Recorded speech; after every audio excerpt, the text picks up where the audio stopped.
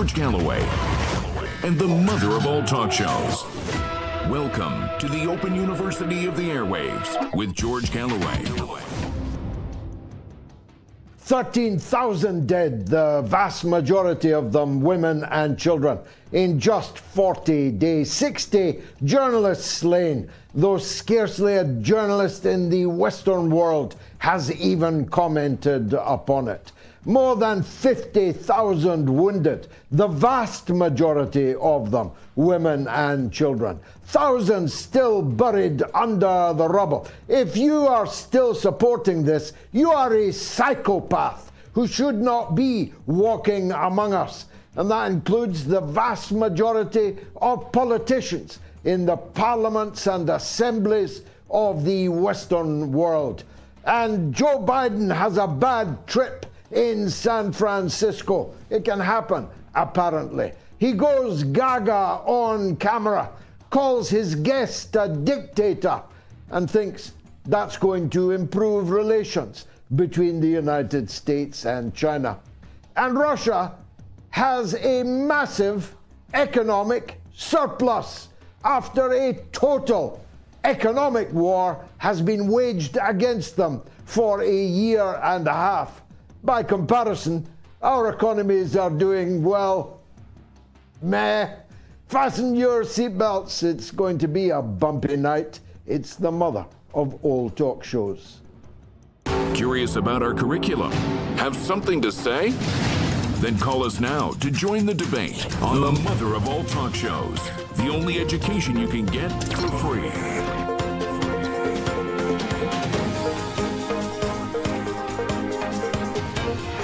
George Galloway, the mother of all talk shows. With George Galloway, the world is our classroom, and you're welcome to sit in and join the seminar. After occupying the AlShifa hospital for almost a week, Israel declares that it has found a 55-meter tunnel. They didn't have time to dig anymore, and the concrete will have to dry before the media can be allowed to inspect it. 55 meters isn't much of a tunnel. Do the maths. I'm not sure where that tunnel would take you. It is, of course, a huge hoax. The entire AlShifa hospital story, vouched for by Joe Biden, making him jointly and severally responsible for the massacre of the AlShifa hospital that will go down in history like the extermination of the Warsaw Ghetto itself. It was a casus belli announced from the beginning. They said that the Hamas leadership was inside the AlShifa hospital, though no trace of any of them has been found. They said the armed men were running the hospital, though no armed men existed.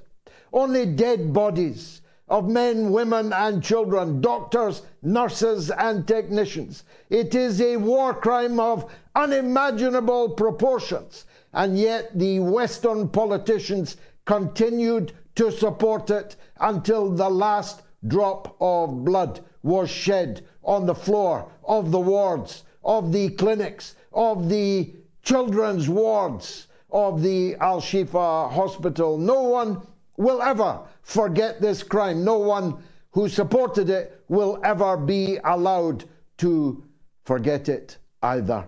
And in any case, they've moved on. Their Sheikh Radwan hospital children's ward, the pediatric ward, was bombed today. Maybe the Hamas leaders in their 55-meter tunnel, still wet, the concrete still glistening. Maybe they escaped to Sheikh Radwan. Maybe they escaped to the Indonesia hospital. Maybe they escaped to the Sheikh Zayed hospital. Why not? They bombed and destroyed virtually every single hospital in the Gaza Strip. In any case, Israel has already announced that the leaders of Hamas are not now in the hospitals.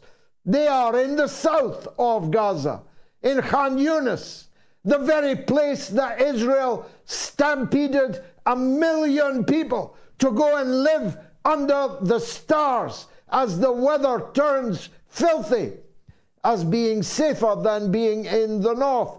Well, if the Hamas leaders are now in the south, the same kind of genocidal bombardment visited on the north of the Gaza Strip will now be visited on the south. I want to remind you, because not enough people know this, the Gaza Strip is 25 miles long.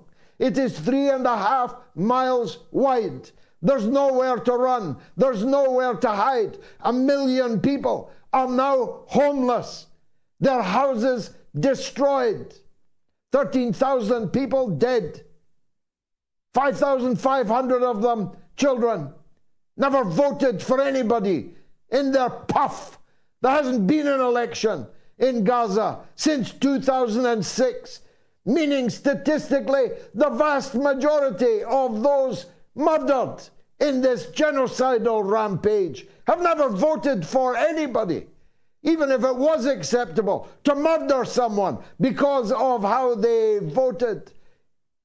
These media outlets still describing this as the Israel-Hamas war are themselves committing a war crime for which Streicher was executed at the Nuremberg Tribunal for his contribution through Der Stürmer, the Nazi filth rag, in the encouragement of the Holocaust, which massacred 6 million Jews, millions of others, and led to the Second World War, in which nearly 100 million people died. It's a crime. It is a war crime to encourage genocide, even if only with your pen, even if only with your microphone, even if only on your auto cue. It is a crime. And all these people are jointly culpable for it. Everybody now knows that the Hamas headquarters was not in the AlShifa hospital, even imagining that they have a headquarters at all. From the guerrilla videos that I have seen, they're giving the invading Israeli forces a bloody good hiding in the alleyways of Gaza. Why would they need a command and control center anywhere, let alone under a hospital, that the director repeatedly begged the United Nations to come and inspect, to prove the lie that somehow Hamas were underneath this hospital? This is not, of course, the only information crime that has been committed.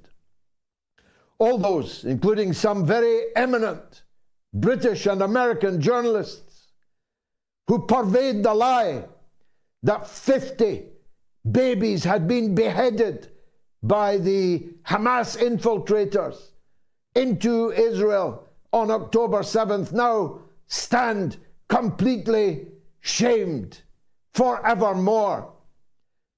Only one baby was killed on October the 7th. And who killed that baby is still a moot point, because it is now admitted that which I said at the beginning and was treated to hundreds of threats for doing so. The Israeli armed forces killed a very significant number of the 900 to 1,200 people who died on the 7th of October. I give that range because I'm predicting here now that 900 people died, Israelis, and 300 Palestinians died. That's my best guess on the information we have at this moment. So 900 Israelis, not 1,400 Israelis, not nearly 2,000 Israelis, and not 50 beheaded babies, one dead baby, not beheaded. The Israeli state has accepted that it has no evidence of anybody being raped on October the 7th. The Israeli state, the police no less, have admitted today that Israeli Apache helicopters shelled and rocketed the trans music festival, and conceded that the Hamas and other resistance organizations who invaded on that day their ancient homeland had no idea of any festival going on in the shadow of the suffering and misery of Gaza. All those cars that we were treated to endlessly on our mass media, burned husks with burned people inside them, were turned into burned husks by Apache helicopters flown by Israeli pilots who recklessly as ever simply killed anything that moved or might look like it had moved. The concentration camp breakout on October the 7th was bloody, to be sure. Any concentration camp breakout was bound to be bloody. The people ultimately responsible are the people who kept the keys to the concentration camp decade after decade after decade. The people revolted because they could not breathe. Shifa Hospital was a lie. The beheaded babies was a lie, but some things are indisputably true.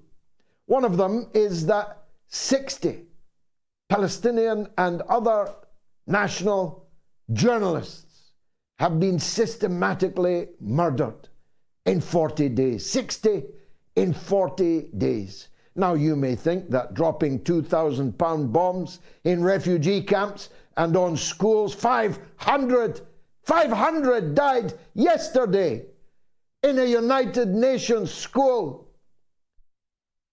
500, most of them children and women, in a school, in an instant, were incinerated yesterday. None of them were Hamas. None of them was targeted specifically. It was just a very big bomb dropped on a defenseless school building. You may say that that's why these journalists were killed, but I beg to differ. There's a systematic attempt being made to assassinate every journalist, every photojournalist, everyone responsible for bringing us the images that have changed all of our lives forever. Well, I can only speak for myself.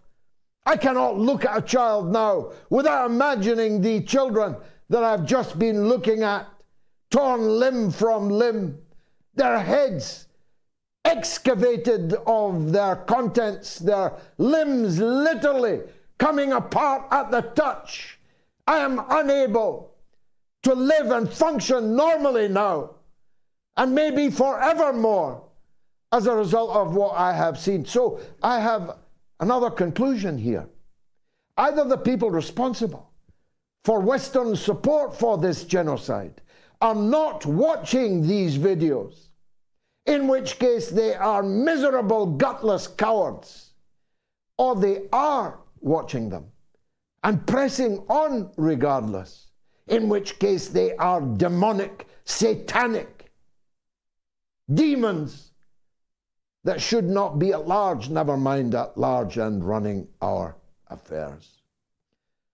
The Arab states are headed for China. They are going to China first to try and bring about an end to this genocidal madness, which can only end in the consuming of all of us physically and psychologically and economically, can only lead to the overthrow of regimes in the Arab and Muslim world thought by their people to be in any way complicit, even collaborating with this slaughter of the innocent. So the kings and the emirs are scurrying to China first, not Washington, not London, not Paris, but China. And they're right to do so. China must step up to its responsibility as the second greatest power in the world and try to end this helter-skelter which may in the end consume us all. And I believe that the Chinese leader in San Francisco this week showed the kind of poise and sagacity that renders him more than capable of stepping up to the mark. He arrived for the APEC conference, San Francisco 2023. If you'll forgive me, like a visiting king, regal, poised, sophisticated, calm, collected, and my goodness, his interlocutor stooped to the occasion. Joe Biden turned left when he should have turned right, stood up when he should have sat down, left when he should have stayed, stayed when he should have left, looked like a demented old fool, jumped up out of his seat unannounced and went staggering round to XiJinping and started talking to him in English with no translator present. I tell you, this man is unhinged, and he's in charge of your world, my world. It's the Chinese tradition to be, well, more than generous in their respect of elderly people. But it was tough with Joe Biden, who looked for all the world like Chance the Gardener in Peter Sellers' last and greatest film, Being There. That was Joe Biden, just being there. The icing on the cake has to be the describing of his guest in his presence as a dictator after having struggled at great expense and effort to try and repair his relations with China. In their interest, the interests of the American plutocrats who were queuing up to meet Xi Jinping. The interest of the world that requires not another global war over Taiwan. The interests of the ASEAN region filled with American allies who would be the first casualties of the conflict between America and China going hot, going nuclear.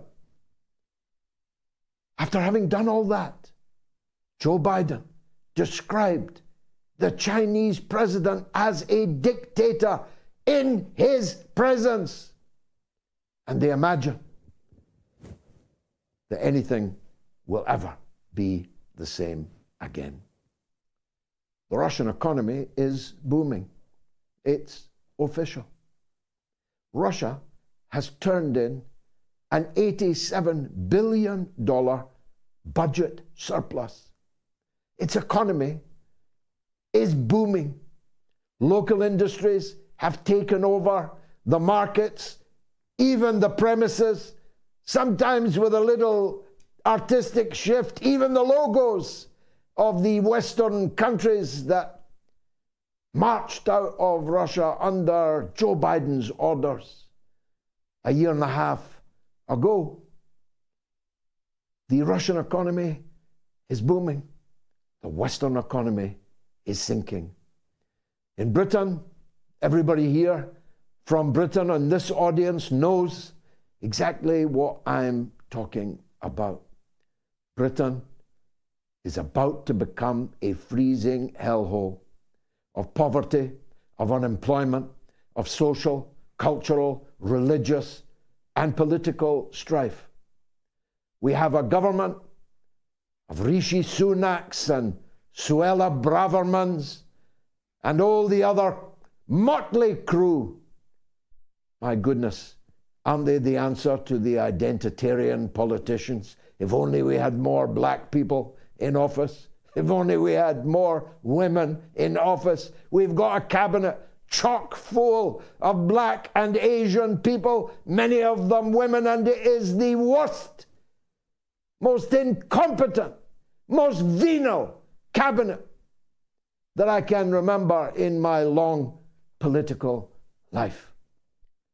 But in Germany, You would not believe the state of affairs in Germany. I've got a couple of videos to show you that I hope help to bring what's happening in Germany under your attention.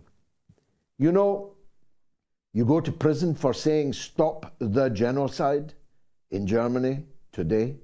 You know that having a Palestinian flag on a demonstration is a crime in Germany. And here's the pièce de résistance. If the Germans who invaded France 3 times in 70 years will forgive my French, new citizens in Germany will have to sign an oath of allegiance to the Reich. Not the German Reich, the Israeli Reich.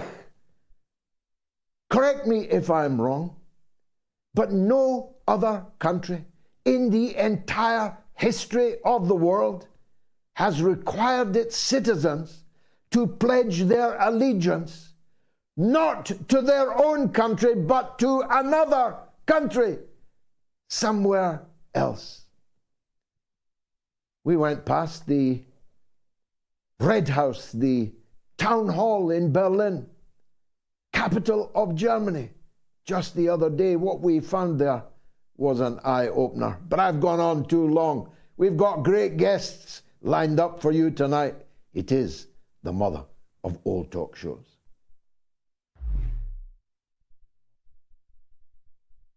All roads will soon lead to Moscow. The catastrophic failure of the NATO proxy war against Russia over the dead bodies, hundreds of thousands of dead bodies of Ukrainian service personnel press-ganged into fighting for the puppet Zelensky regime is almost over. The catastrophe to the economies. I'm here in bitterly cold Berlin, where the people simply can't afford to put their heating on, and it isn't even December yet. The catastrophe visited on the Western economies as part of the proxy war, the economic war that backfired, came back and hit us like the largest of boomerangs, is going to be with us for a very long time.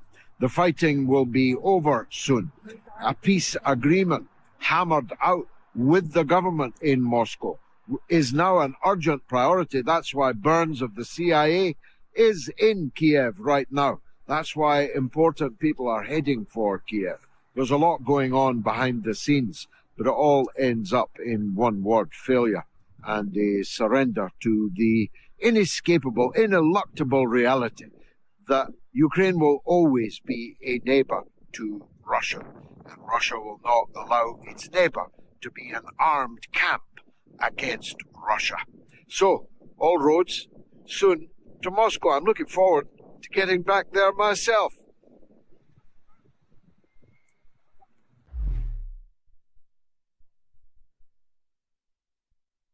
Our favorite professor, George Szamuely from Hungary, is here to talk about that and other stories, and I'm very glad to welcome him. George, Dr. George, thank you for joining us. Am I right in that prediction that the war is coming to an end and soon our leaders will be, at least on the face of it, wondering what we're talking about when we raise the issue of the great economic war we in Europe launched against Russia, only to have it turned into a very large boomerang that came back and hit us in the face? Well, it would be nice to think that you are right. I don't know. The Americans and the NATO gang in Europe will find it very hard to admit defeat. They are going to do their damnedest to continue this war for as long as possible, because as far as they are concerned, this is a good deal for them. It keeps the American military-industrial complex humming. It's relatively low on casualties as far as the United States is concerned. In fact, it has 0 casualties as far as the United States is concerned. And when they look upon this war, they say, well, okay, we've got Ukrainians dying, but they don't care very much about that. We've got Russians dying. That brings them pleasure, as Senator Lindsey Graham said ecstatically. So they will want to keep it going for as long as possible to kill as many Slavs as possible. So that's why the longer this war goes on, then, the fewer Slavs there are to worry about. So I'd like to think that this war is coming to an end, but I wouldn't put it past the Americans just to keep it going for that much longer. Well, that would require the Ukrainians to keep on fighting and dying, of course. And there are ample signs. Just today, an Air Force commander flew his $100 million fighter jet given by the American taxpayer. He flew it to Russia and surrendered it, and himself. The number of people surrendering on the battlefield is increasing. The inability to replace the fallen with new conscripts is drying up. Anyone with money has already fled Ukraine in order to avoid their military duty, and the inner circle is showing signs of tiring with Zelensky. That's true. All of that is true. But the extraordinary thing is that Ukraine has kept this war going for as long as it has, because, as you said earlier, there was no way Ukraine could ever win this war. That was just, the numbers never made any sense. I mean, Russia's 4 times the size. Russia, unlike Ukraine, has a military industry, Russia is a strong, self-reliant economy. You would have thought, and I guess this is probably what the Russian leaders were thinking back in February of last year, that Ukraine will realize what a foolish enterprise this is to wage a war that Ukraine cannot win. But for some reason, Ukraine has foolishly continued fighting. So it may well be that Ukraine is on its last legs. At some point, it will have to be on its last legs. But I always want to just be a little bit cautious. They're still able to put some men into the field. So I wouldn't be surprised if it'll go on for at least a little while longer. George, turning a little, though the same elements are involved, the European Union's leaders, luckily for them, the EU leaders themselves don't have to be elected by anyone. I shudder to think what von der Leyen would poll in a European-wide poll, or even Borrell.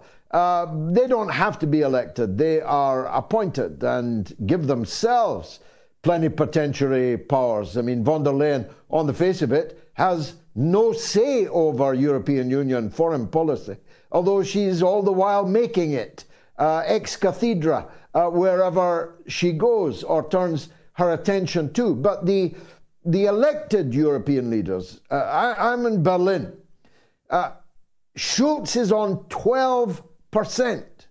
12. And he's the Chancellor of Germany. His bonkers Baerbock riding partner, the Green leader, is sitting on only a tiny bit more. The British government of Rishi Sunak, I mean, again, it's almost laughable, the parlous state of Western European governments, but they plough on regardless, don't they, in defiance now of their own people, of, for example, a ceasefire in Gaza. Why? How? It's quite striking. I don't remember any time in recent history when there's been such a disjunction between popular opinion and the opinion of political elites. And that's true in the United States, and it's true in Europe. Both in the United States and in Europe, they want the wars in Ukraine and the war in Gaza to come to an end. There's an overwhelming support for a ceasefire in Gaza, and yet when it comes to a voting Congress, something like 96, 97% of the members of Congress, and then both the House and the Senate, will vote for no ceasefire. At best, a humanitarian pause, which is a kind of a complete oxymoron.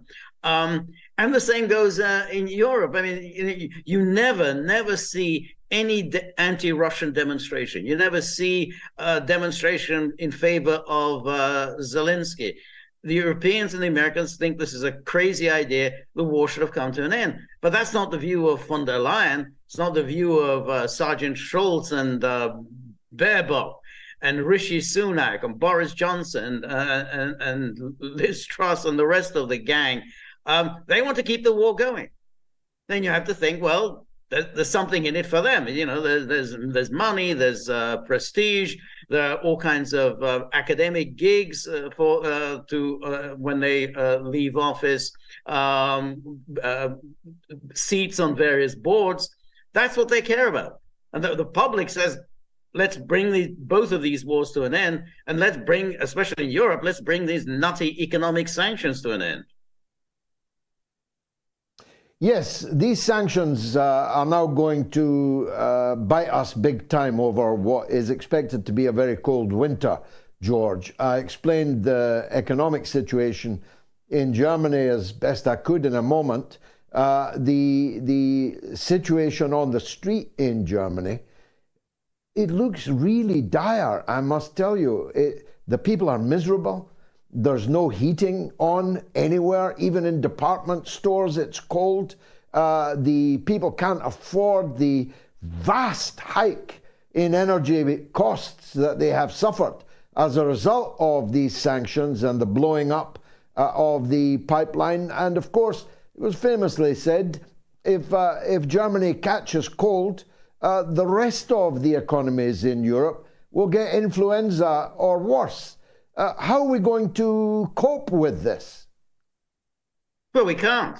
The key to European success since 1945 has been German economic success. Germany used to be very good at fighting wars. It's forgotten how to do that, but it's been very good at creating a very productive economy, the Wirtschaftswunder. That's been its pride and joy. I mean, it's boasted about this for the past near 80 years. That's gone. I mean, that with the destruction of the Nordstream pipelines, they just don't have any source of cheap energy anymore. If they don't have any source of cheap energy, they're not going to be able to maintain their fantastic industries, all those cars and consumer appliances and pharmaceuticals and chemicals, all the things that gave German industry this enormous global reputation, they're all going to go. So it's not just people are going to be miserable because they don't have any heating in their homes. They're just not going to have a productive economy any longer. And the Americans are very happy. I mean, that's exactly what they wanted. They just want to remove all rivals from the scene. What's baffling about it is why have the Germans allowed themselves to be put in this position? I mean, the Germans would surely have understood that this is what the Americans want. The Americans want you out of the way and cease to be a competitor to them. I mean, Trump at least made that explicit. But with Biden, I mean, it's been obvious. I mean, we had that humiliating scene where Sergeant Schultz was standing there next to Biden, and Biden said, we are going to end the Nord Stream pipelines. And when he was asked, well, how are you going to do that? He said, well, don't worry, we're going to do it. And Schultz said nothing, just sat, stood there like a dummy. I mean, can you imagine any German chancellor being humiliated in public like this? He's holding the office that Bismarck held. And that's or Willy Brandt or Helmut Schmidt or more recent times. That's Germany today. Now, turning finally to San Francisco, George, winners, losers, did anything useful come out of it? It was a PR victory for China, but I'm not sure that America's policy has changed towards them. No, I don't think it has. I think Biden made clear, with his dictator comment, basically, that he's still sticking with his mindless division of the world between democracies and autocracies. And he basically, the United States has really very little to contribute to the world. But I agreed with your opening editorial. China has yet to pull its weight in the world. I mean, it's a problem when Russia is doing all the heavy lifting on many different issues, and China, at best kind of follows along. But China is a huge economic power. It's obviously an enormous country. It has to, to step up, and it has to provide an alternative model for the rest of the world. You can't just expect always Russia to be in the forefront. So, he comes there and he wants good peace, good relations with the United States. And then, he gets all these the top 400 corporate leaders in the United States who give him a standing ovation. I mean, what do they want? They just simply want to go to China and make a lot of money. It's just a source of cheap labor for them. And, China has to be a little bit more than that. Can't just go on essentially providing, U.S. corporate titans with a source of cheap labor. So, either it's going to be a kind of the pole of a new world order, or it's just going to be an appendage of the United States. Thank you very much, as always, Dr. George Szamuely from Budapest, and the Senior Research Fellow at the Global Policy Institute. Always a pleasure and a privilege. Do you believe Hamas's operations center was under the AlShifa hospital? Well, a potentially record-breaking poll is in the making. 37,897 people have already voted, and there's still more than an hour left to vote. I would have thought that one's headed over 40,000. Do you believe Hamas's operations center was under the AlShifa hospital? Now, the number to call if you want to comment on anything you've heard or wished that you had heard. Here are the numbers, free of charge in the UK and Ireland: 08081965522. That's 08081965522. And toll free in the United States and Canada, +1 844 944 3344. That's +1 844 944 3344. In the rest of the world, the number to dial is this: 44203 966 2625. The one and only Garland Nixon up next.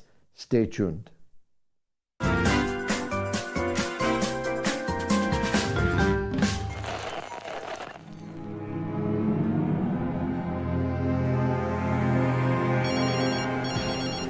Thank you. Go ahead.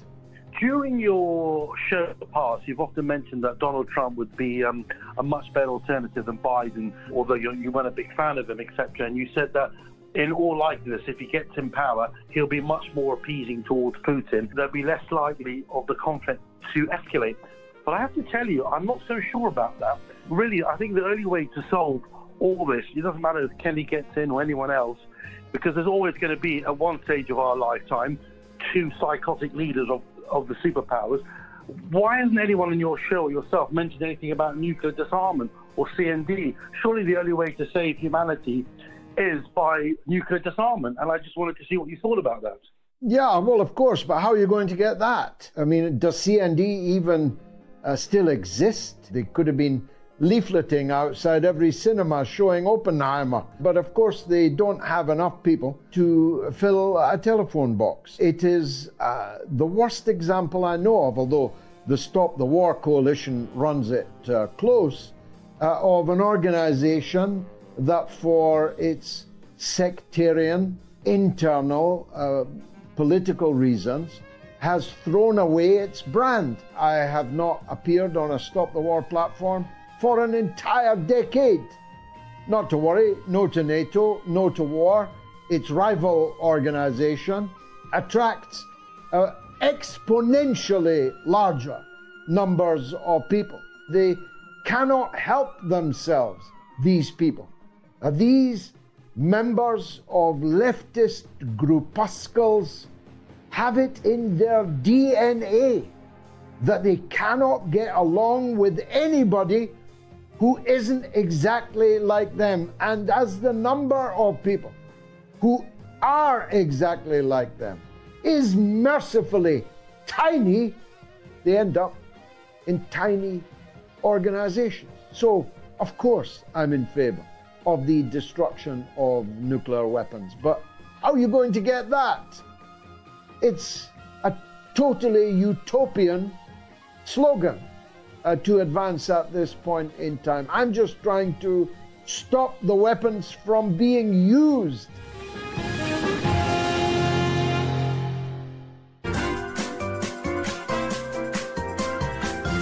You are listening to the mother of all talk shows with George Galloway.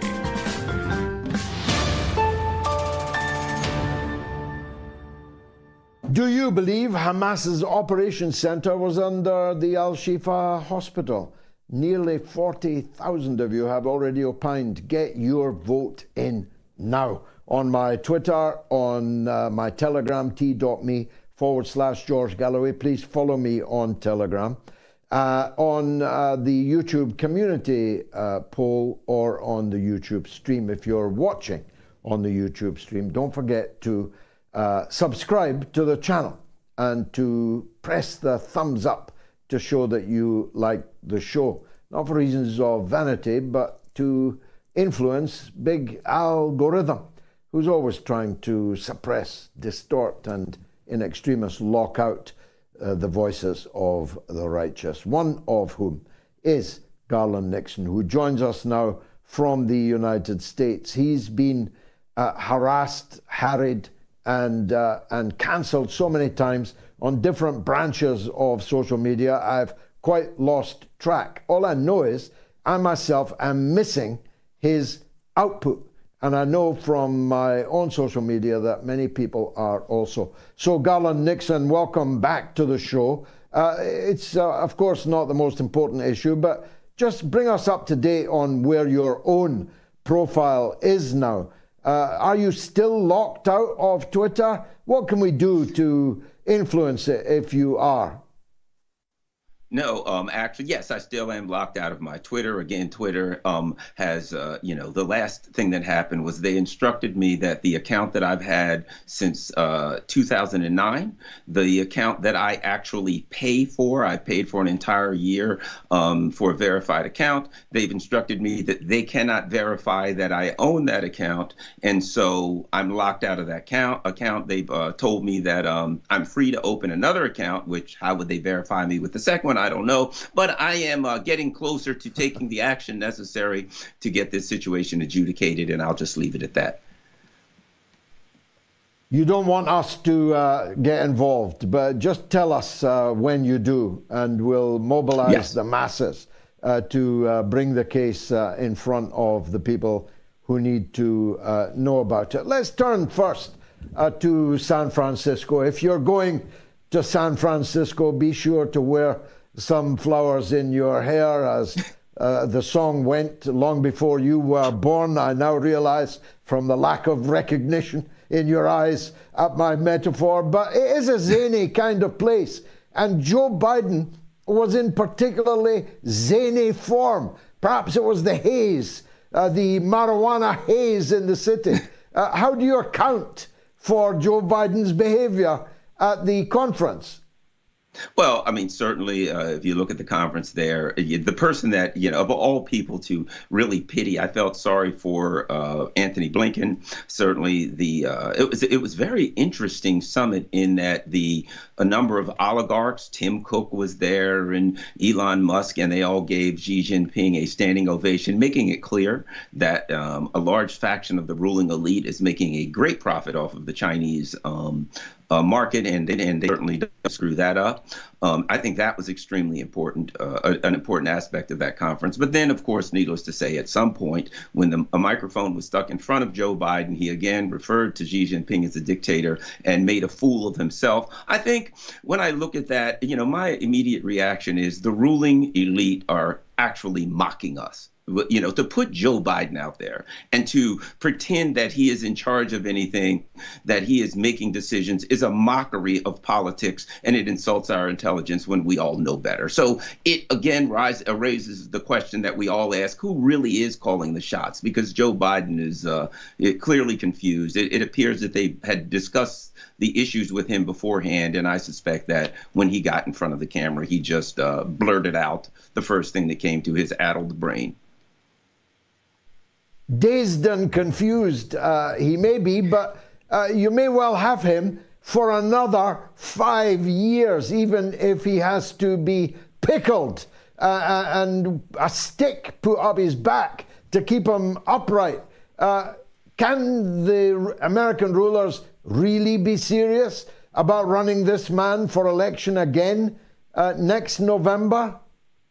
Well, it is remotely possible, but I don't see how they can do it. We can certainly see that Gavin Newsom is the person who set up this summit. He's the one who went to China and met with Xi Jinping. He's the one who welcomed people when they got there. So certainly there is a move amongst the ruling elite to replace Joe Biden with Gavin Newsom. Certainly Donald Trump is leading by far in the Republican race. And the likelihood is that if he were to go against Joe Biden, again, I can't see how they can.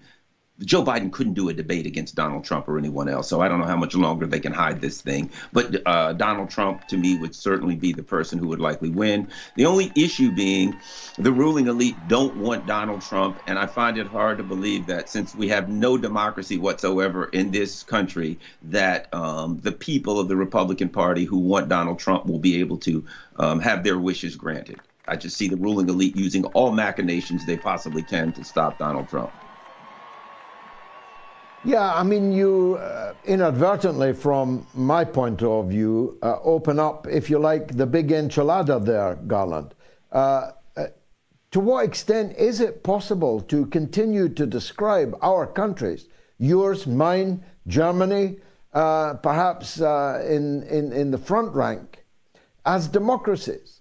I mean, I'm so old, I remember when we endlessly sneered at the rest of the world, who had no free speech, whose police were apolitical, who had a civil service that was neutral, that had a government and an opposition, which had opposition views, and a real dichotomy existed. We had a free press, in your case, guaranteed by the Constitution. Now we're overseeing the mass murder of journalists in Gaza. Julian Assange is rotting in a London jail, waiting to rot forever in an American jail. The media is virtually 100% behind the prevailing orthodoxy. No one else can get a look in. If you go on a protest, you're called the enemy within, put on the FBI's watch list, and you might well end up, on a terrorism charge. It's really a parody of democracy that we now, quote unquote, enjoy, isn't it? Yes, and they've actually turned democracy inside out. If you look at the attack on protesters, recently at the DNC headquarters in Washington, D.C., a group of protesters led by rabbis protested in front of the DNC headquarters. Admittedly, they were mostly Democrats. The DNC headquarters was closed. They sent a bunch of goons out. They beat the devil out of these people. You can go online and find the videos. They just mercilessly beat the protesters, threw some of them downstairs. So not only do we not have a democracy, our government is at war with its constituents, does not represent the constituents. And it's obvious that the biggest fear in a totalitarian dictatorship, such as the one I live in, is uprising of the masses. And so now they're working to stop the masses from uprising, because the masses are finally figuring out that these people do not represent them whatsoever. You mentioned the rabbis. I mean, one of the things that will stand out when the history of the last 40 days is written, and I suspect it will be writ large, is the enormous importance, salience even, of American Jews in the demand for a ceasefire, a demand for justice in Palestine, a breach with Netanyahu and his gang. This is all quite significant, isn't it? Yeah, and it's game over for Zionism. I think the reality is, if you look at the international power brokers, the international finance people, Zionism is no longer of any value to them. Zionism is a problem to the people who run things, and they are doing what they need to do. I think, let me give you an example. If you look at Saudi Aramco, one of the most powerful corporations in the world, Amin Nasser is the CEO. I think it was July, he joined the board of directors of BlackRock. So they are annihilating, they are destroying Palestine. But at some point, Palestine needs to be rebuilt, doesn't it? Right now, Ukraine's being destroyed, but at some point it needs to be rebuilt. If you look at BlackRock, they are now set for the rebuilding of Ukraine. And I would suspect that when it's time to rebuild, I've said Palestine, when it's time to rebuild Gaza, you will see the Saudis, you will see BlackRock set to come in there also. So I suspect they're going to do away with the extremist leaders one way or another. The extremist Zionist leaders of Israel will be out of power, and they will make their move to make a difference, to change the Middle East so that Zionism doesn't dominate it. Zionism doesn't cause all the conflict. And then they can, as MBS said once before, they can turn the Middle East into the New York. Yeah, I mean, they count on the fact that I don't want to put it too harshly, let's say the collaborating Arab rulers will forever be able to guarantee quietude on the part of their countries. But that flies in the face of all human development. I mean, if you take a country like Jordan, for example, where the majority of the population are themselves Palestinian, and where another 20% of the population are actually Iraqi, Saddam loyalists, family members, everything, you've got a mix in which it's exceedingly unlikely that forever the people of Jordan can be kept quiet, tame partners of Netanyahu. Ditto in Saudi Arabia. I've never been inside MBS's mind, but I'm pretty sure he's a smart guy.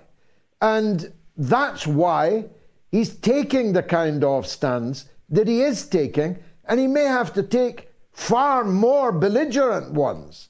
So from the point of view of these oligarchs that you speak of, they're going to have to move and move and move their position if their people are going to remain in power. Well, I suspect, and I see MBS as a businessman, and quite frankly, a smart businessman. So if we get away from the morals of what's happening here, which certainly people like us are absolutely outraged over the death, and we consider the lives of the innocent and the average person, but if we start talking about international finance, we look at, I think, at the end of this, when they are able to bring this conflict to a close, I think they probably feel that if they're able to unseat the Netanyahu's, Smotrich's et al., they're able to bring in a more moderate wing of politics into Israel. They're able to do some type of a two-state solution or some kind of a resolution. They can then say to the Arab masses, we have finally resolved this. That can kind of quell the Arab masses, and then they can get to the part that is their real concern, which is as the international capital turns towards the global south, the global South, Africa, etc., they can kind of see the Middle East as the doorstep to that. The Middle East as a place where they can bring in labor, they can do all kinds of things through the Middle East. But I see the connections between BlackRock and the leadership of Saudi Arabia as a very important factor that we should keep an eye on. But I don't think this thing spreads like a lot of people do. I think ultimately what happens is they unseat the more radical wing of the Zionists in Israel and try to bring this thing to a close so they can move forward and make money, because that's what really the plan here. Lastly, Garland, and I'm always grateful for your time, where sits the literati, the glitterati, the Hollywood chattering classes, the Me Too movement, feminists galore, and all of that? Where sit they on what's happening in Gaza? I mean, the champions of women's rights seem to have been quite quiet about the mass murder of thousands of women and even more children in the last 40 days.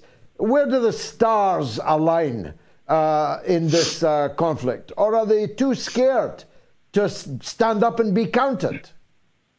The sad place is they're waiting for directions from their masters. They're kind of being quiet. They see that there are certainly issues that could cause them, a large, let's face it, Hollywood's there to make money, though you wouldn't know it from the kind of movies that they're putting out these days. But they're waiting to be directed by their masters. What do we move? What do we do next? They don't want to offend too many people to stop themselves from selling tickets. So I think they're kind of sitting on their powder right now. They're now, for the most part, they're told to be quiet, wait till this thing blows over, and we'll get ourselves together. I mean, you can look at the Marvels movie, recent Marvels flop movie that's coming out. People have had it up to here with the woke, we're going to have all female superheroes that are diverse and all that kind of. People are tired of that. They just want a good movie with some aliens and some monsters and things of that nature, like a good old fashioned movie. And so I just think obviously, they seem to be laying low and waiting for the heat to blow over. That's what I would say Hollywood's doing. Garland Nixon, simply a joy to be with you again. Thanks very much indeed for joining us on the mother of all talk shows. Let's go straight to the lines, to Canada, Alberta, where Mona is on the line. Mona, welcome to the show. What would you like to say? Yeah, hello, George. Thank you for taking my call. Hi. And thank you for being a person who is talking the truth all the time. I wanted to mention last week, I wanted to call last week, but I didn't get through. My son, who is organizing with a group, obviously, a protest every week in Calgary, every Sunday, until the ceasefire is called for. Of course, Justin Trudeau is not going to call for that. But anyway, on November 5th, after the protest, the police waited until we were going home on that train, on the platform, and they swooped in on him, and they arrested him, and they took him and they charged him with uttering anti-Semitic chant and causing disturbance. And that was just for saying, from the river to the sea, Palestine will be free. And that was totally, unconstitutional in Canada. It is totally unconstitutional, but they did that. And now, because they realized their stupid mistake, okay, now they've stayed the charges. They charged them before, and they said that he cannot be at any protest, and now they have stayed the charges. But today, he organized this protest today, and we're heading there momentarily after my call. And we're going to see what the police is going to do, because this is absolutely not fair. I don't know how they are trying to silence us. I take my hat off to your boy, Mona, and please give him the best wishes of, I'm sure, the great majority of our audience. It's bizarre how this statement, from the river to the sea, Palestine will be free, has been twisted to the point that people are being arrested for saying it. For a start, for saying something. To be arrested in a country that claims to be a democracy would have just a few years ago been thought completely absurd. But when you realize that those very words, from the river to the sea, those very words are lifted straight out of the political program of Benjamin Netanyahu's party, the Likud. From the river to the sea, there will only be Israeli sovereignty. That's in their program. So, is it anti-Palestinian racism in the case of the Likud party program? Because it would have to be if you were going to apply logic in this. Now, they've stayed the charges. What does that mean? Are those charges going to remain somehow on his personnel record? I would make sure I had the best lawyer, and I had myself very good lawyers in Toronto, Mona, who got Jason Kenney a judicial caning when he tried to ban me from Canada, a 60-page judicial caning he received. So I wouldn't let it go at that. I would say he was wrongfully arrested. I would say he was wrongfully charged. And I would be determined to know that his record has been expunged of any such calumny. Mona, thank you for that. I told you I was walking in the streets of Berlin past the town hall in the capital of Germany. Look at what I found. This is the Red House. This is the town hall in Berlin, the capital of Germany. Germany has gone quite mad. Behind me, you will see a European Union flag, one German flag, one Berlin flag, one Israeli flag. That's the country currently massacring 6,000 children as we speak. And not less than 4 Ukrainian flags.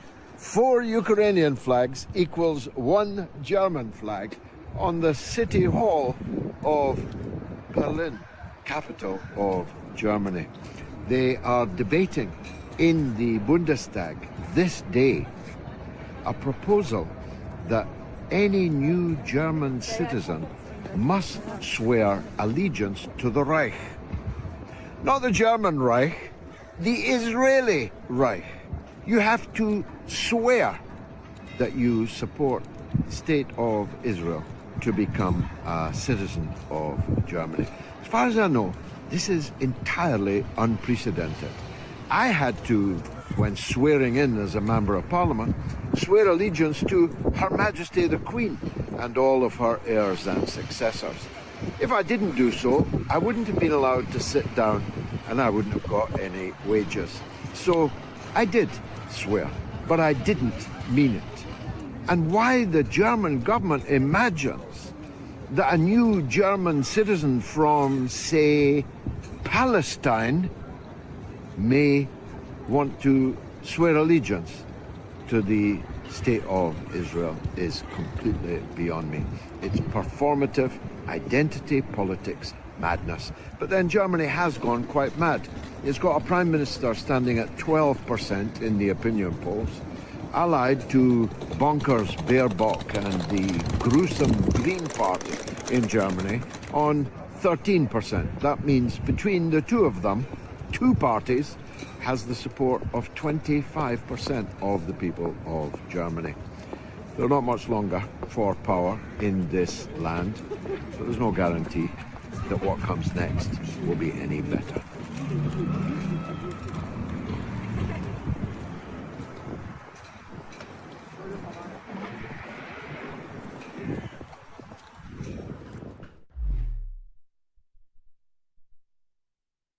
Okay, do you believe the Hamas Operations Center was under AlShifa Hospital? Now 40,094 people have voted. I'm not sure if that is a record, but it's getting there.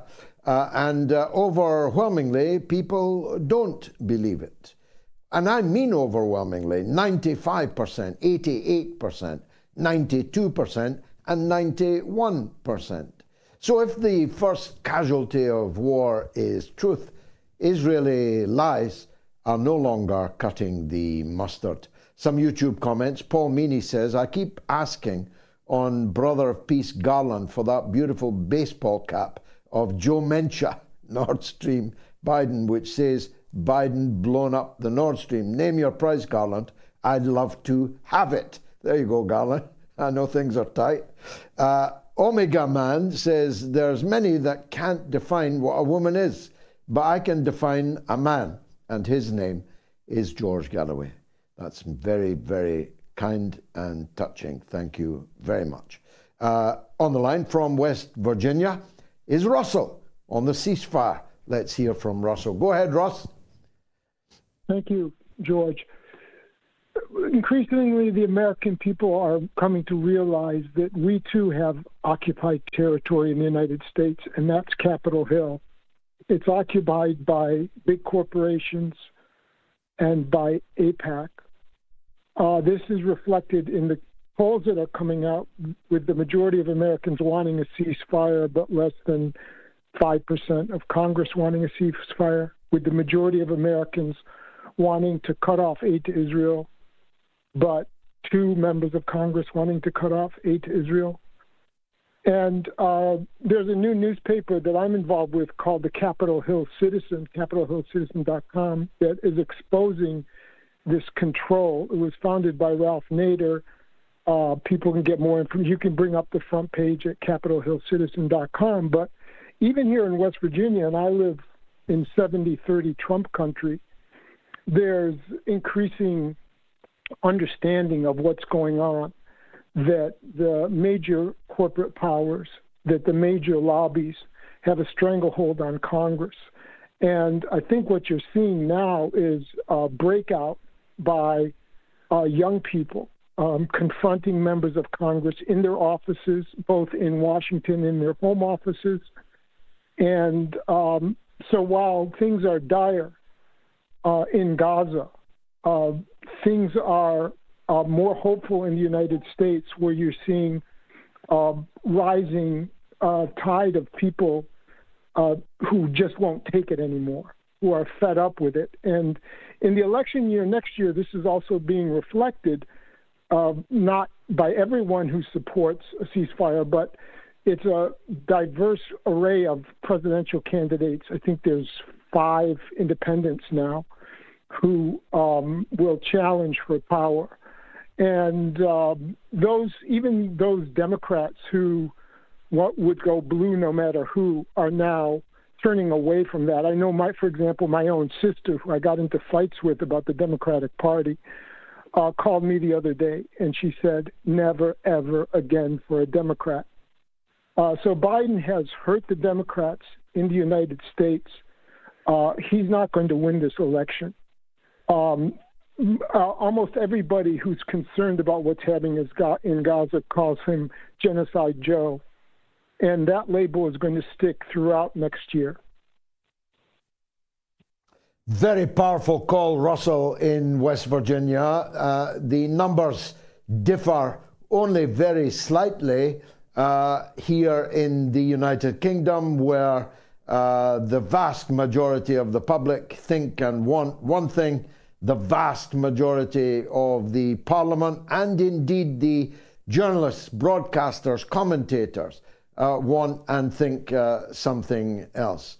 The centre cannot hold, as Yeats famously said, and it's only a matter of time before serious upheaval and political turmoil and change occurs on both sides of the Atlantic. I'm more and more convinced of that. Russell, thank you for that. An email from June. Where is the International Criminal Court? They put a warrant out for Putin when he saved thousands of children, and no warrants for genocide when the entire world is against it. Netanyahu and Biden should both be arrested. Thank you, June. Let's go to France for the next call. Stéphane is on the line in France. about Palestine. Told you it was the Global University of the Airwaves. Go ahead, Stefan. Good evening, George. I've got an important message to pass on to you and all viewers. Please allow me to read it in order I don't forget any detail. It will only take a minute, and it is very important to me. Somebody with a true human heart, expertise, and knowledge of the Middle East has to politically step in for the cause of the Palestinian people. It has to be somebody well respected, who acts as a counterpart to Anthony Blinken, who biasly defends Israel.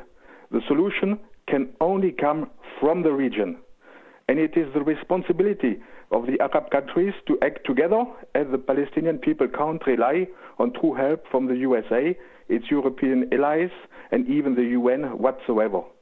George, you and Scott Ritter are the only persons capable I can think of who can go, meet and persuade the heads of states of all Arab countries to unite for good and show common strength towards the apartheid state of Israel until there is peace and the Palestinian people have their own independent and sovereign state.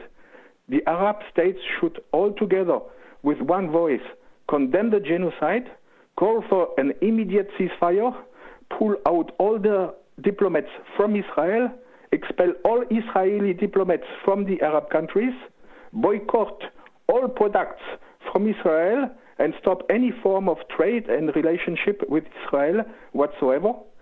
Call out for a sovereign and independent state of Palestine, which will be built with the help and money of the Arab states.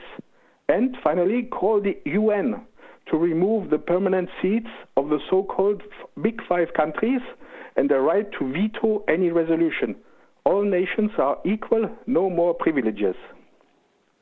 Well, look, that's most kind, Stefan, though impractical for a number of reasons. First of all, the UN is merely the composite of the people who are in it, and to remove the veto powers of the permanent five would require the permanent five to vote and not veto the removal of their veto. So that cannot happen and will not happen. Secondly, whilst Scott Ritter and I are prominent in these arguments, we have no official status at all, and none of the Arab leaders would see us, let alone hear us. And in any case, there would be something Orientalist about a British and American citizen going to Arab countries with specific demands on their leaders. These things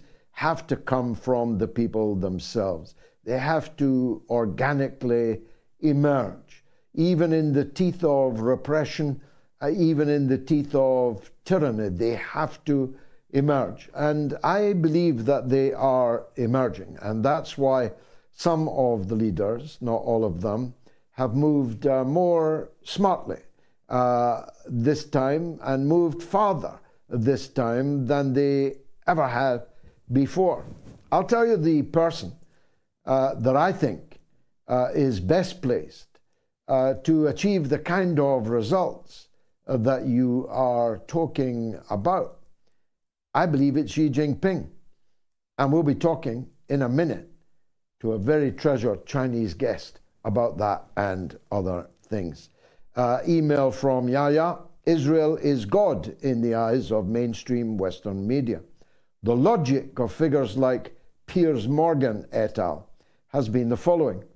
Hamas has angered the great God on the 7th of October.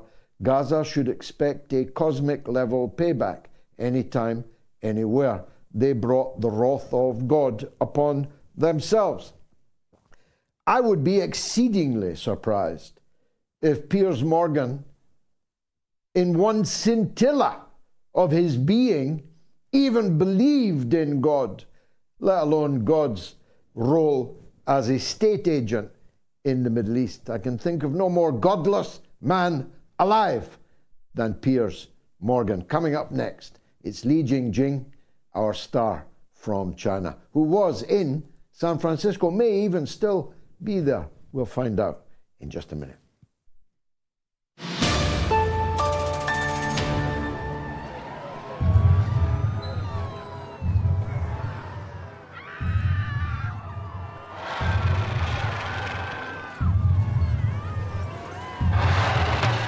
Mr. President, we got a report of a 50-foot woman marauding through Washington, sir. Thank you, Captain. But I'm looking for a shorter woman, one who likes to take long strolls in the park and yell at minorities. She's not looking for a date. She's terrorizing the city. Is there a difference? A little levity. Call in the military. We are the military, sir. Boy, we got here fast. We better do something, right? Shall I scramble the jets, Mr. President? No, thanks. I'll just take a muffin and some coffee.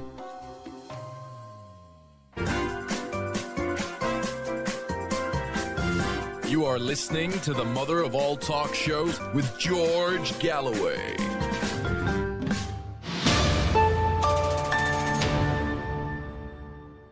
Jingjing, one of our most popular guests ever on the mother of all talk shows. You'll remember our last, I think, from our APEC show that we did from Beijing, joins us now. I'm not sure from where, but I've no doubt you'll tell us, Lee. The APEC in San Francisco provided me with quite a few laughs and not a few jokes.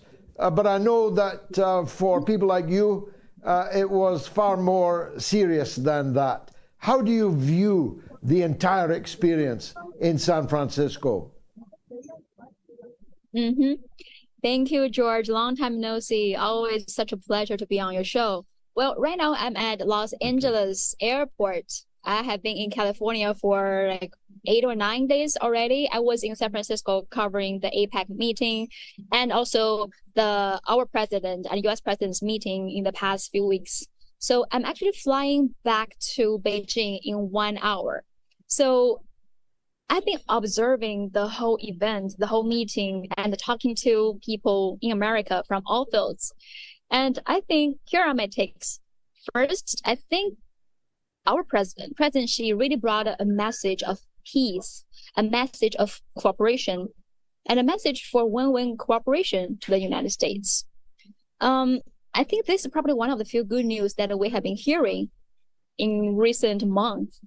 And I'm sure many people believe this is one of the good news. Now that there are will from both sides to stabilize the tensions, stabilize the relations. I know China has always been depicted as aggressive force and is considered a threat.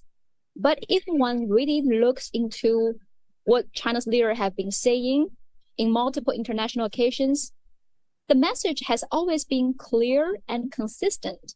China seeks peaceful development and win-win solution and not interested in being a hegemony. So, I mean, I'm not sure how many have read the quotes from our leaders. I think those quotes really shows a friendly message. For example, President Xi said to the United States when he was delivering a speech at the welcome dinner in San Francisco, he said, major competition cannot solve the problems facing China and the United States or even the world. The world is big enough to accommodate both countries. And one country's success is an opportunity for the other. And he also reassured to the United States, China does not have a plan to surpass or unseat the United States. Likewise, the United States should not scheme to surpass or contain China. And he really emphasized the message that as long as the two countries respect each other, coexist in peaceful and pursue win-win cooperation, they will be fully capable of rising about differences and find the right way for the two major countries to get along with each other. And disagreement should not be the gap that keeps two countries apart. Instead, the two countries should look for ways to build bridges to help them walk towards each other. So, I mean, if you really carefully look into the message from China's leadership, they want to have friendship, to find agreements with the United States to work together. And I want to, so far from my observation. He was, just one more before you come back in. He was a very elegant suitor, a very impressive one. Xi Jinping is a very, very impressive man and leader, but it takes two to tango.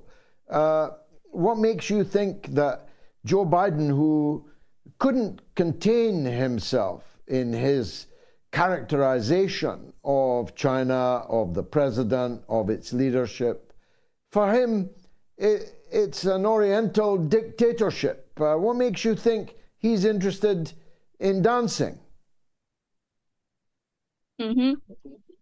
Well, for that comments, China's Ministry of Foreign Affairs already condemned that. But that little things should not stop. We see the bigger picture. So far, there are a lot of announcements on cooperation. And for example, both sides agree on cooperation in trees technology, in dealing with climate change, less economic war, less provocations on the Taiwan issue. These are the announcements. But if they really can be delivered, this will bring a new era to U.S.-China relations if both sides put their words into actions. But from my standpoint, I think it really depends on whether the U.S. can deliver, can put all these words into actions. For example, as we remember a year ago at the Bali meeting, both sides also reached a certain agreement, but the U.S. didn't follow it. But I'm having a little bit more confidence into this because right before this meeting, people from all fields from China and the U.S. have been laying the groundwork for this meeting with two leaders. I can draw a bigger picture for everybody else here. Before the two leaders met in San Francisco, there were already a lot of exchanges in different fields from the U.S. and China. For example, California governor visited China, multiple cities, visited different businesses. And actually, he was quite respectful when he was in China. One of the few American politicians that were actually being respectful when they were in China. And also, there were a lot of exchanges between academia and on people's level. Many scholars from the U.S. have been visiting China, and many scholars from China have been visiting the U.S. So there were already a lot of exchanges on different levels before this meeting happened. And this time, so that laid the groundwork for the two leaders to meet. Of course, and many people have been telling me, don't blindly trust them. Of course, I'm pretty sure China's leadership is smart enough to not blindly trust that. And I know we understand this is probably a U.S. tactical retreat because they got their hands full. But at least for now, it will bring us stability, and especially the stability and the growth in Asia-Pacific region. So this meeting, I think, is not just good for China and the U.S. It's good for entire Asia-Pacific meeting. As many experts, economic experts said, well, especially in leading this region, they don't want to choose sides between China and U.S. And it will be a tough decision because you cannot leave China's market and you cannot leave out China in any multinational organizations now. So countries in this region don't want conflicts. They want to see that both sides work together. And at the meeting, at the welcome meeting, regardless of what Joe Biden behaved, Americans' top 20 American business, including Apple, Tim Cook, Elon Musk, all these top 20 American business leaders attended this welcome dinner. And some people said probably even U.S. president will not be able to call all those important CEOs together. But this meeting between the two, President Xi was able to bring all these important business leaders together to sit down because they want to see a cooperation. And another thing I want to see is this is not just economic cooperation. I think I cannot agree more what President Xi said at this meeting is the friendship between China and the U.S. lies on the people and depends on the youth. So this time, he brought a message that we want to boost people-to-people exchanges, which will determine the future, not just China-U.S. relations, probably China and the rest of the world's relationship. For example, this time, more direct flights between China and U.S. will be resumed, more climate change exchange will be resumed, and also China invites 50,000 American students to visit China in the next 5 years, and more exchanges. And in the U.S., he also met with a group of longtime China friends. When I say China friends, they are the ones, for example, the Flying Tiger soldiers. They were the American soldiers who fight with the Chinese soldiers during World War II, defeat the imperialist Japanese soldiers. He also met with the family in Iowa, who was the first family that President Xi met with when he went to United States. And also the family members of the first U.S. correspondent in China when China was going through revolution. Those people, they are American people that have been working towards the friendship between China and U.S. So he welcomed all those people to hope them to play a role boosting the friendship between China and U.S. And this is important because, like, from my experience, I stayed in San Francisco and Los Angeles in the past 10 days. I went to multiple universities, UCLA, UC Berkeley, San Francisco State University, and I talked to American people from different fields.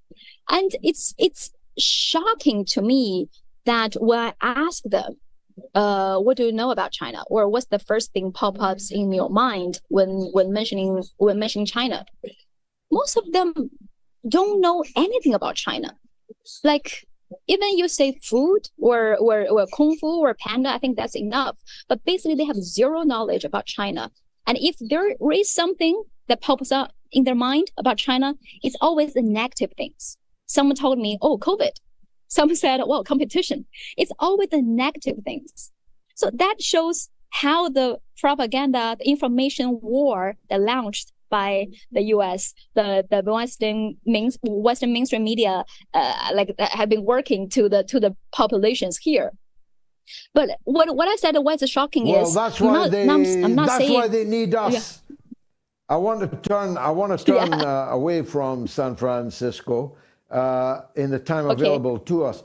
I saw you just tweeted about it in the last moments.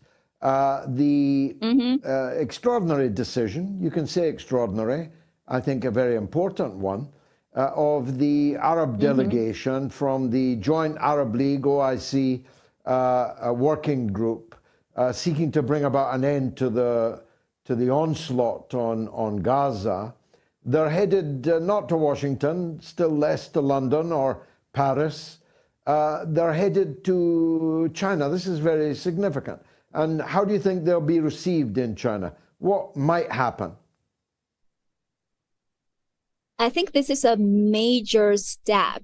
And this was announced right after President flew back to China from the United States. So, I mean, look at the efforts to making progress, to making peace from China's leadership. First, stabilize the tensions between the U.S., stabilize the tensions in Asia Pacific. Now, they are stepping in to solve the crisis in the Middle East. And this is if this really works, this will change the world. I'm not worrying about whether China will be the world top leader. When I was in America in the past 2 days, I walked into multiple protests, events that showing support for Palestine. And this is the international will. And it's interesting. Only China has been seen as the trustworthy mediator for this conflicts. I just think that this is like interesting moment. I don't know what's gonna happen next because we let's see. But I hope this will provide a solution to solve the crisis that has been so crushing to all of us, and provide a just settlement for Palestinians. And if this really happened, we probably can really bring peace to the world and truly achieve a win-win solution for all, not just for China and the US, really for all. And people, no matter whether you are in the Middle East, Africa, Latin America, Asia, we're probably gonna finally have the rights to develop the right that has been denied for centuries by Western imperial powers. So I hope this works, and we let's all hope that we can walk into a new world order.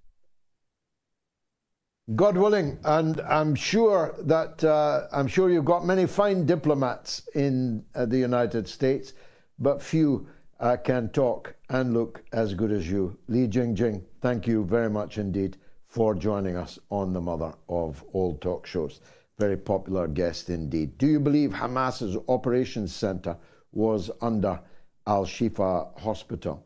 I'll wait until the voting closes in 10 minutes time to give you the result of that. But get your vote in now if you want to vote, that is.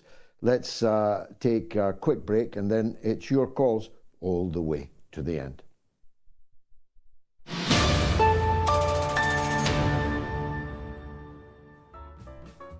A big thanks to the people who support me on the Patreon page. I really have come to depend on the income from that. It costs £1 a week, not even the price of a cup of coffee in an insalubrious cafe. If you think you could stretch to that, please support me on Patreon, patreon.com/George Galloway. Now, the MOATS team have added a tiered system on my Patreon page where you can become an official MOATS graduate. How about that? I speak as someone who graduated from nowhere, from the factory floor in Michelin. But you can become a MOATS graduate and legend. You can give a regular donation to support the show and my work. You can now upgrade from a mere Patreon to a MOATS graduate at £10 a month, as opposed to £5 a month, I think it is.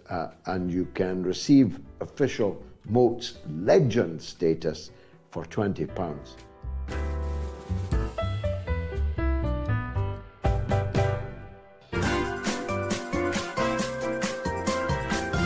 You are listening to the Mother of All Talk Shows with George Galloway.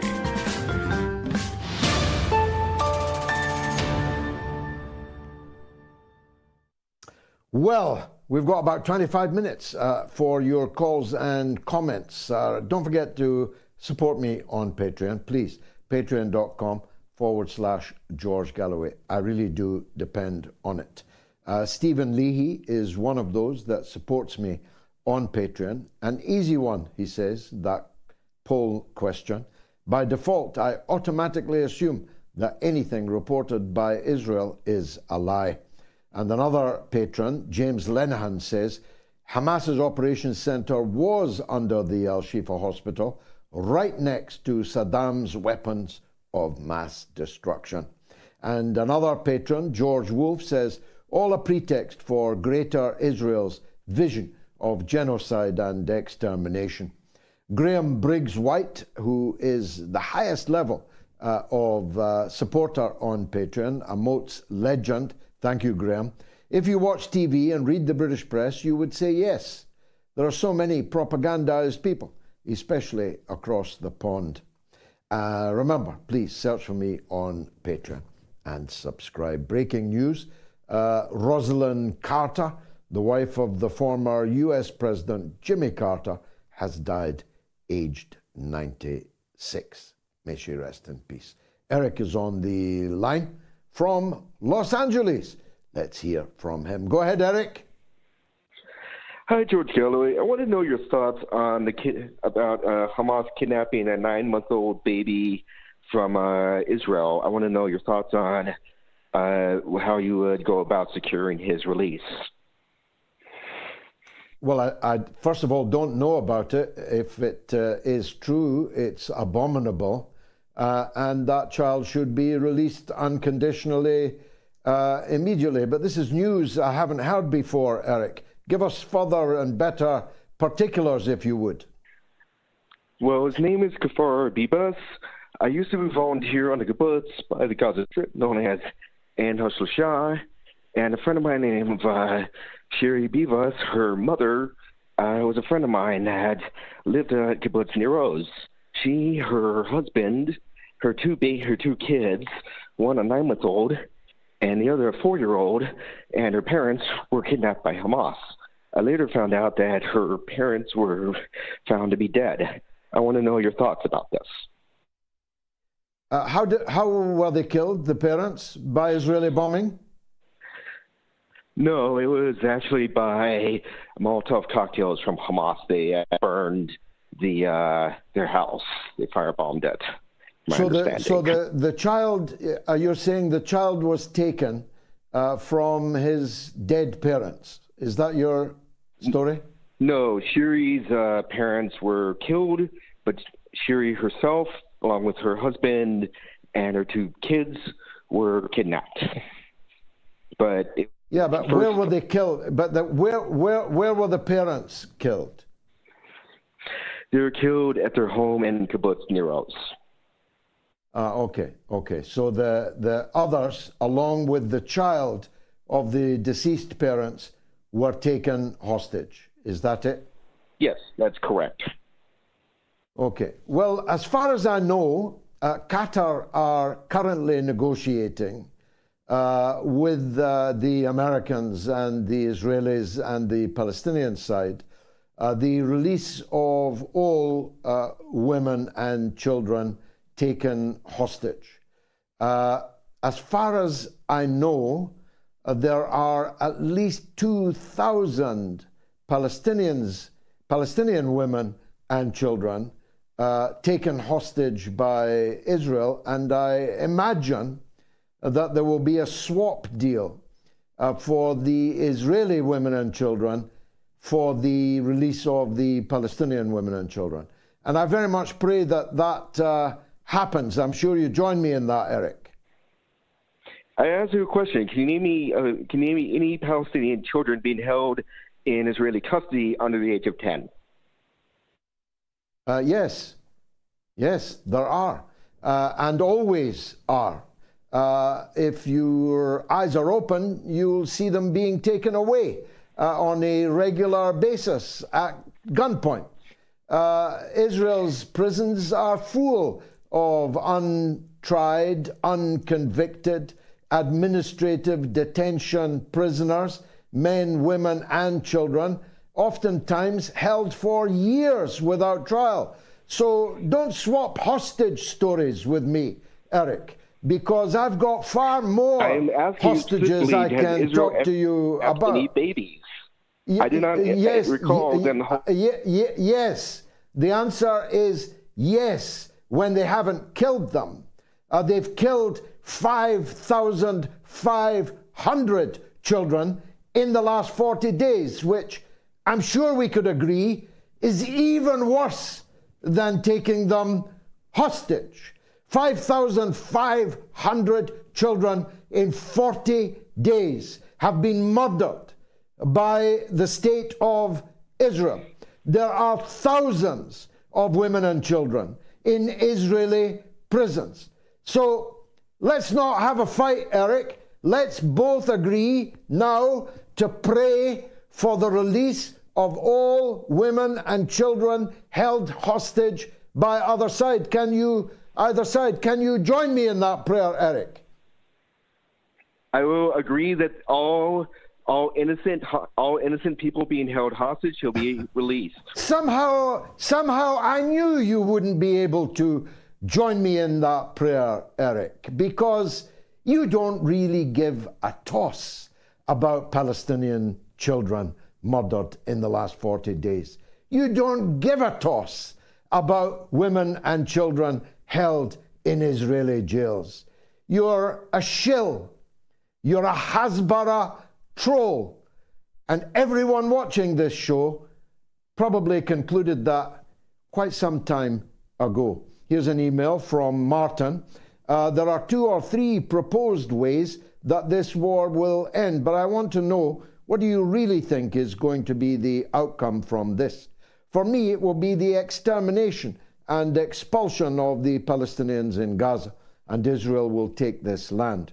The people of Gaza have no one standing up for them, and I believe the 2-state solution will never exist after this moment in history. Kind regards, Martin Taylor.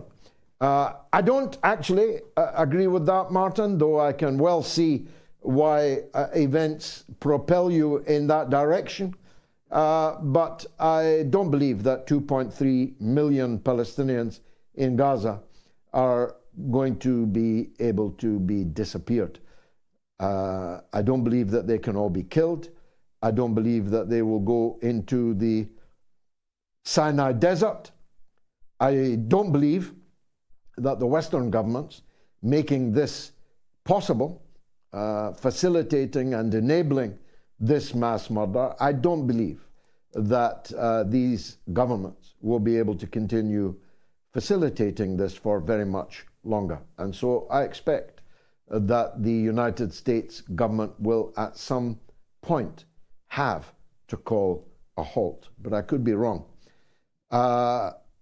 Iwanaji Simpongwe says, as always, George, thank you for this fantastic program. The issue is not the tunnels which are claimed to have been found at a certain hospital in Gaza. The issue is the oppression of the Palestinians. On line 2 from London is Said on Palestine. Go ahead, Said. Good evening, George. How are you? By the grace of God, I'm good, thank you. What would you like to say, Said? I would like to thank you for your hard work for the good cause of any time. I have 2 points I would like to talk to you about. The first one is the arrest of the old adult male from the Shifa hospital. Have you seen the video? They were naked, handcuffed, and blindfolded.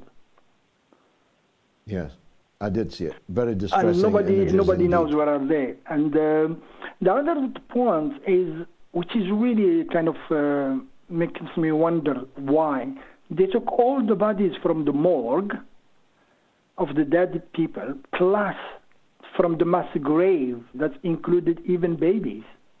I wonder why they have to take that. I can understand to a point taking adult cadaver, body of murder, maybe they will check them with DNA if they are Palestinian, Hamas, or hostages. But taking babies, the body of babies, what's to do on to which point? To what? I really can't understand to why. The only thing that I would like your opinion on that, maybe in future they will, God forbid, beheaded them and say, listen, that's the video we have, and to expose to put kind of their lies again. Well, of course, the abominations that are occurring and have occurred have no bottom. There is no depth to which humankind, in this specific case, the Israeli Zionist rage machine, there is no depth to which they will not stoop. We already knew that from human history, not least the human history practiced against the Jews in the 1930s and 40s by European Christian fascists. So we already know that there are no depths to which humankind is not capable of stooping. But in this information age, these kind of things are not working out well. I've lost count of the number of images and stories, narratives that have appeared on official Israeli websites and in press releases and so on, and then had to be deleted, had to be amended, had to be excised altogether. I mean, for example, they published a picture of a tragic, horrific picture of a woman soldier in a state of partial undress. And they said on the official IDF website that this was an Israeli woman soldier who had been raped on the 7th of October, except this image wasn't from Israel or Palestine, but from the Kurdish area in northern Syria. And the woman was not an Israeli soldier, but a Kurdish woman fighter. And yet they published this on their government website in order to inflame, outrage, in order to fool the gullible, of whom there are, of course, many. Joe Biden again repeated this week that the story of the beheaded babies, even though in Israel's official statistics. There is one single baby who was killed on October the 7th and who was not beheaded. Since when thousands of Palestinian babies have been beheaded, indeed torn from limb to limb. I saw a video today of a small child whose arm came away in her father's hand. So severely had it been severed, and the attempt to put it back together for her burial had not been successful enough. So there's a lot of gullible, but fewer than there were before. There are a lot of switched on people, a lot of clever people who are quickly able to discredit and unmask false, fake propaganda. So whatever they took these cadavers for, God only knows. And I've no doubt it was for a perfidious purpose, but it will not succeed in fooling anyone other than the utterly gullible side. Thanks for the call. Do you believe Hamas Operations Center was under AlShifa Hospital? 43,149 people have voted. And the votes are as follows. Telegram, 95% no. Twitter, 88% no. YouTube community poll, 92% no. And the YouTube stream, 91% no. Making my point, Said, that you can't fool all the people all the time, and the number of people you can fool all the time is falling like a stone. YouTube comment, Stephen Mulholland says Israel built that underground tunnel in 1983. It's very common for hospitals in war zones to have underground tunnels and bunkers. And an email from Lamsky says, big respect to you, the German people were not allowed to say stop the genocide in the 1940s, and now they can't say it again. It takes some believing. It does indeed. Lamsky Garbett, thank you kindly for that message.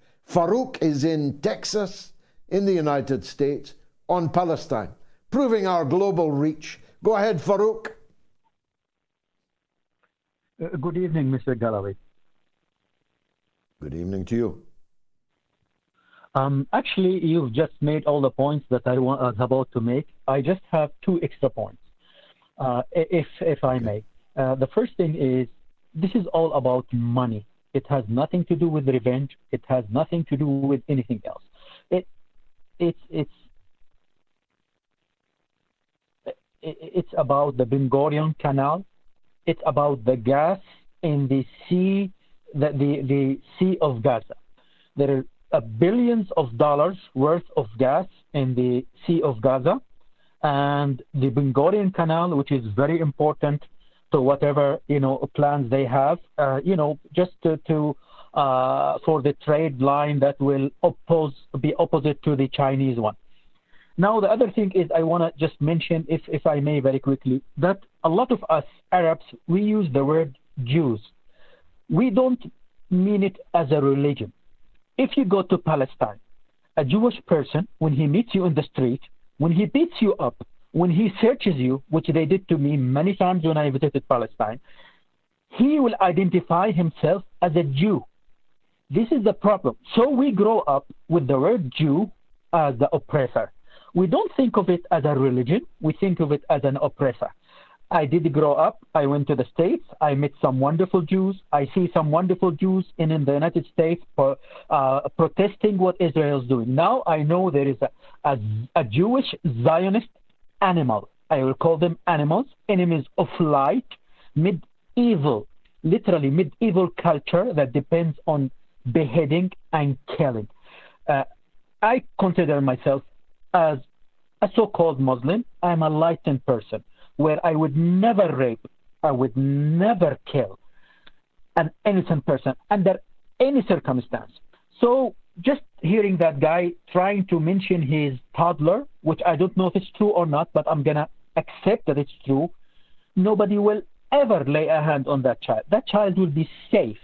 The only way that child would die is from the crazy bombings that Israel is carrying out, and that is doing on purpose to kill children. They are using the numbers, as you know, or as we may have heard. I don't know if it's true or not, but they're using the numbers program, which identifies the sounds of people. They know how old are you when they bomb you. So they target children on purpose. I've seen a lot of rabbis sanctioning that. They are saying, kill the children when they are young, before they grow up and they become your enemies.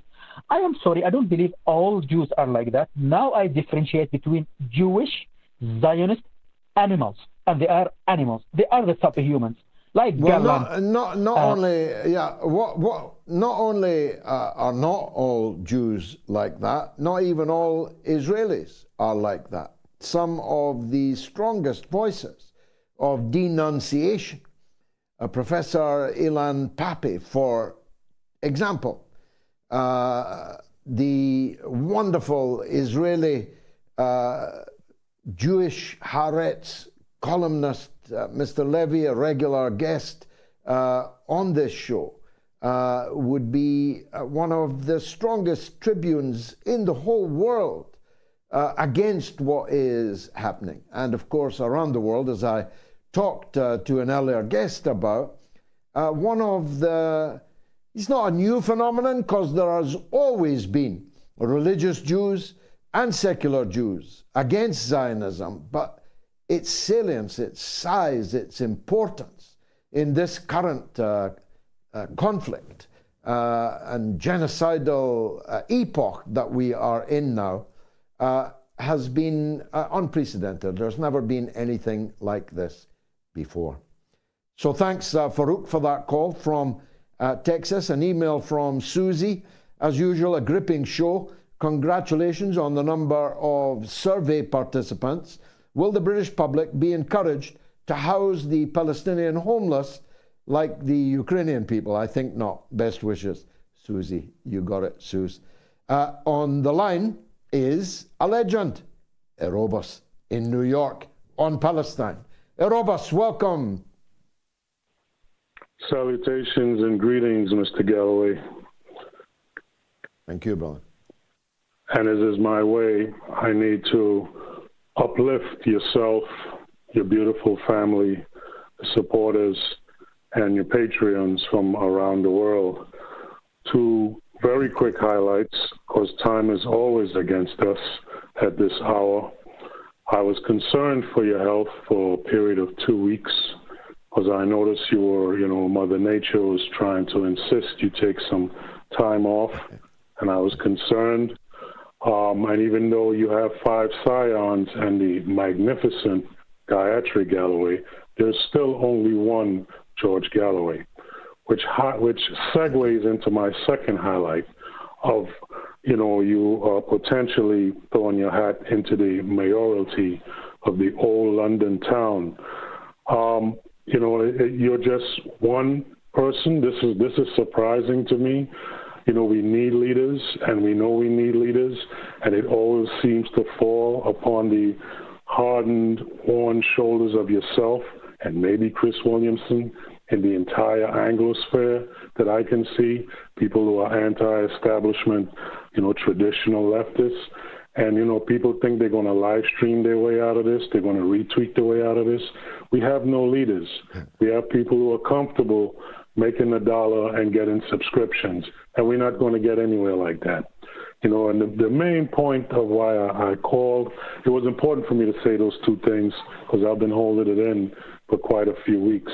The main point is, I think based on your analysis and Scott Ritter and Brian Beletic and also Alex Christoforou, Alexander, I come to the conclusion that unlike before, when the Arab world was disunified and fractured, for Israel, and it highlights a lot of what's been said already, for Israel, for them to permanently conquer the strip that they have cleared out, they're going to be sitting on a throne of thorns, strapped, and they're going to have explosives strapped to that throne. I don't think it's going back ever to how it was again, and it was already atrocious. I think them sitting there thinking they're going to dominate this area, the surrounding Arab countries are not going to have that. I mean, you have Houthi rebels from way in Yemen firing on them on a daily basis. This is only going to escalate based on historical precedent. We saw that with the Iraqi resistance. There are old letters of Osama bin Laden trending on TikTok now. There, in Afghanistan, all these different places. It takes a while for the resistance to coagulate and to come together, but it's going to happen. And this time, they're facing a unified populace of the Arab world. Even though, as Garland highlighted, on the rulership level, they want to do business as usual, but the populace, the Arab populace, the neighboring regions have been unified in a way that we have never seen. I mean, you have to go back to the Ottoman Empire, the guy from the movie, you know what I'm talking about, the one that blew up Lawrence of Arabia, to see that unity. So I just wanted to highlight this. Yeah. Well, you did very powerfully, and I'm deeply grateful and moved by your kind remarks. I did have a cold for a couple of weeks, but I'm tip-top now, by the grace of God. As a matter of fact, I'm going for a brisk swim right after this show. So I'm grateful for what you said, but I also agree entirely with the analysis that you made. There's always a lot of talk in the media, in government circles, about the need to curb radicalization.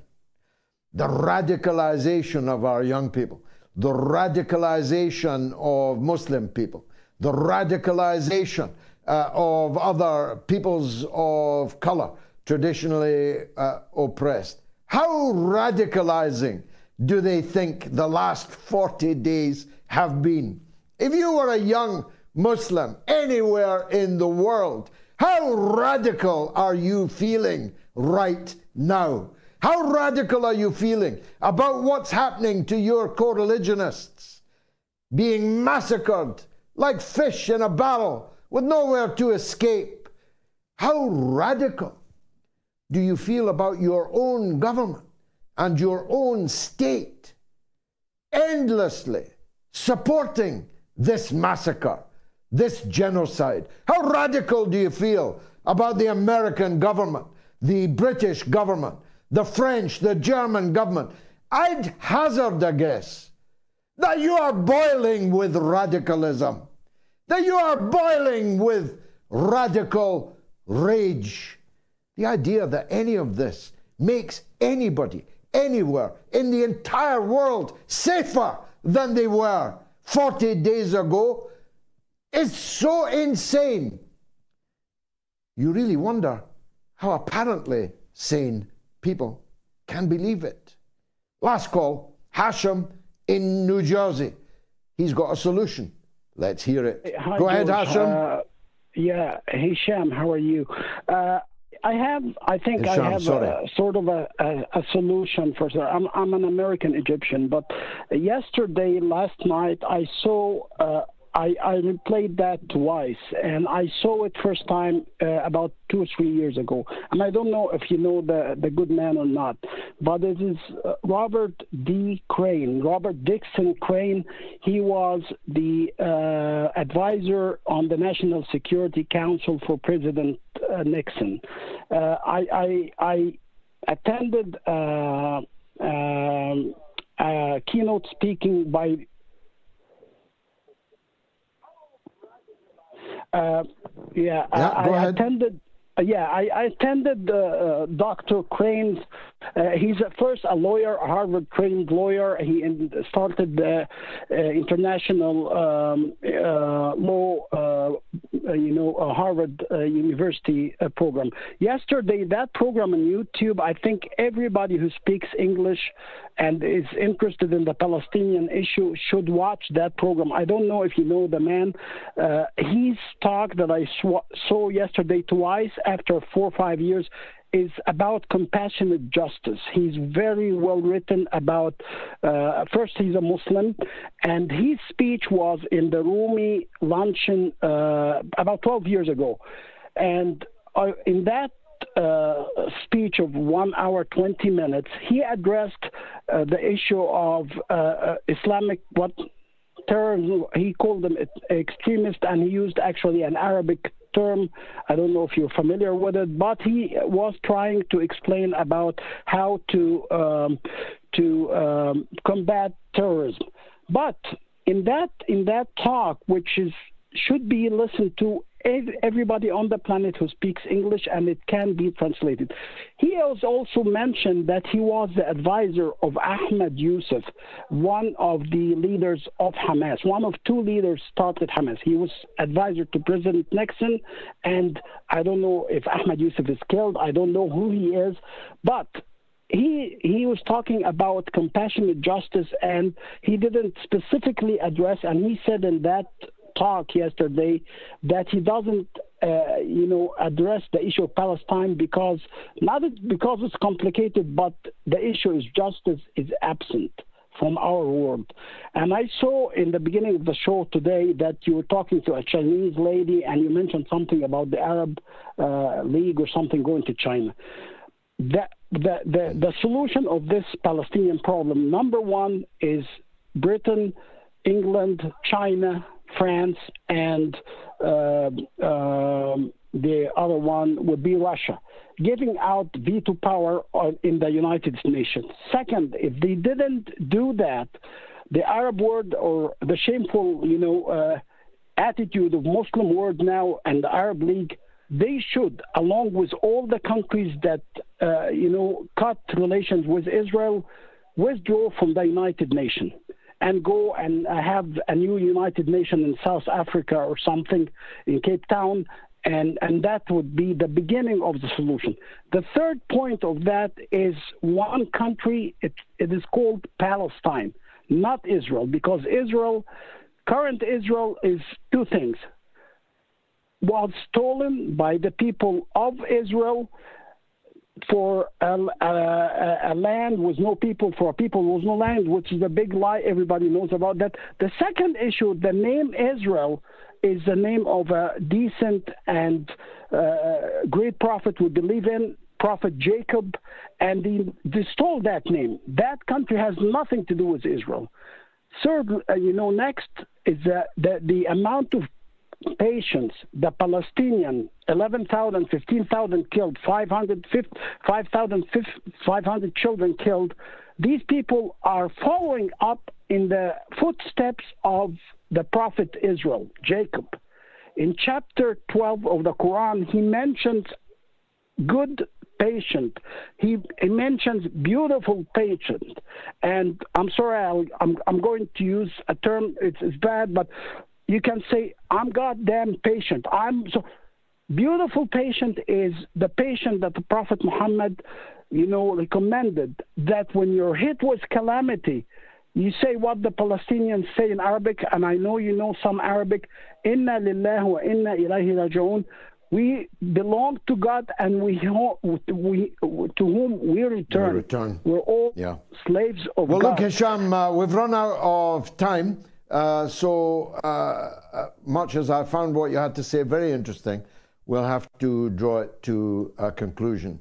We didn't quite get to your solution, but I'm sure we'll check out what Mr. Crane had to say. It's been marvelous for me. I hope it was for you. And if it was, come back again on Wednesday at the slightly later time of 9 p.m. UK. That's Wednesday at 9 p.m. UK time. And bring another viewer with you, because we're just under 3 million views in the last 7 days. I'm determined to stay above it. Thanks very much.